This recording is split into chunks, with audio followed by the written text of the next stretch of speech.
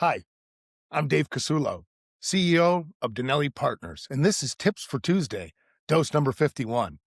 Recently, as board chair of Bassett Hospital in my hometown, I had the opportunity to take part in something called High Five Friday at our local elementary school. And I'll be honest, walking into an unfamiliar setting like that, I felt a little anxious, a little unsure.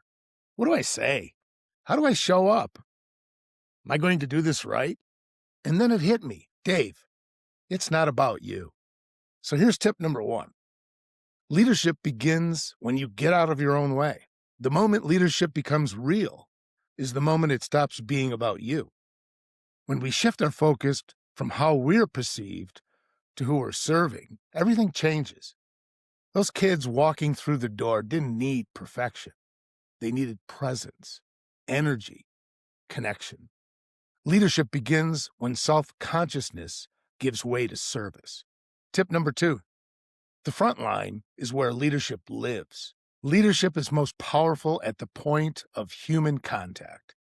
We often think leadership happens in boardrooms and strategy sessions, big decisions, but real leadership, it happens in the moments where hearts and souls meet. Keith Levatino, the superintendent standing at the front entrance, greeting every child. That's leadership. That's why High Five Friday even exists. If you wonder how your leadership is manifesting, go to the front line. Tip number three, coordination is care in action. Leadership is often quiet coordination that makes everything else work. Someone has to connect the dots and manage the flow and ensure people are where they need to be, and do this often without recognition. That day, this was Amy Bladdock, the teacher coordinating all of us who showed up. Calm, steady, intentional. Without her leadership, the moment doesn't happen. And who suffers when coordination is amiss? The kids.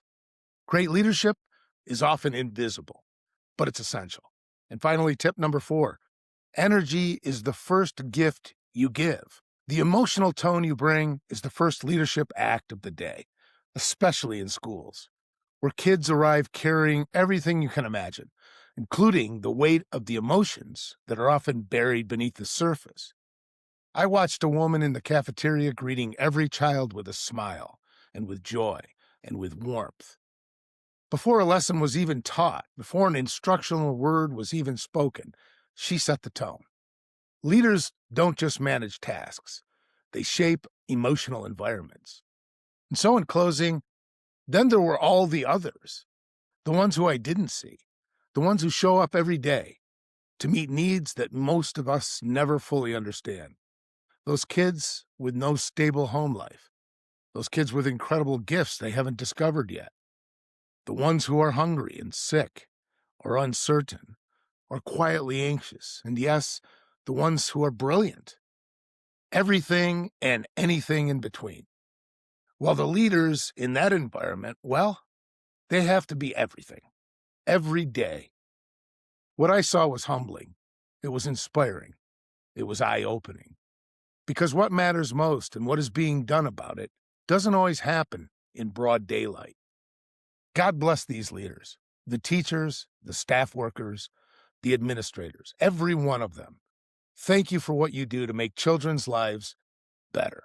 If you want to be a better leader from wherever you sit, reach out to us at DinelliPartners.com or to me personally at dcasullo@DinelliPartners.com.